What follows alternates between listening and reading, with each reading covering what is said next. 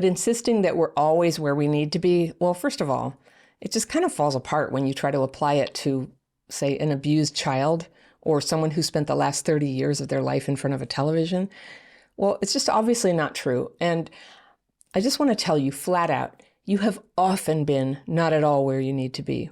When you were crying and no one came to help you when you were little, that wasn't where you needed to be. And when you were mocked by your classmates for being different, or when you were crippled by your own triggers and unable to break out of isolation, you weren't where you needed to be. And in the same way, being in some so-called relationship where you don't get to have expectations, you know what I'm going to say, it's not where you need to be.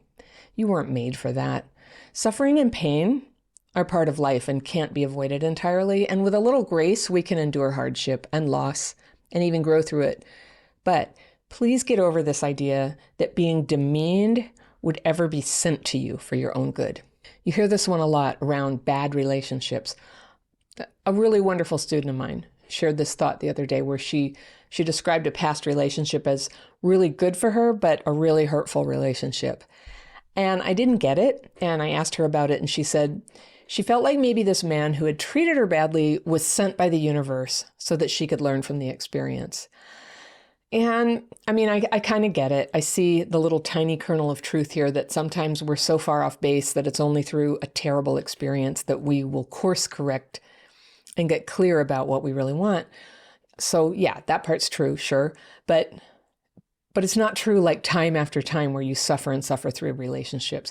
I can't tell you how many times people I've coached were in some horrible situation where they were hoping for love, and what they got instead was to be cheated on, gaslit, and left. And they ended up more hurt than they were when they first met the person who treated them like that. And that's not learning, and it's not a gift from the universe, okay? It's crap fit. It's you trying to make sense of absolute crap, hiding from your own shame about it, not being straight with yourself.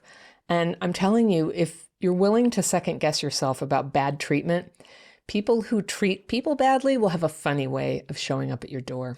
So if what you want is a loving, committed relationship, or let's be specific, a marriage, crap fit has no place in your life. Relationships that leave you feeling ripped off and demoralized are not learning experiences. They're crushing you. They're sabotaging the happy openness that is you, and that's the part that people fall in love with.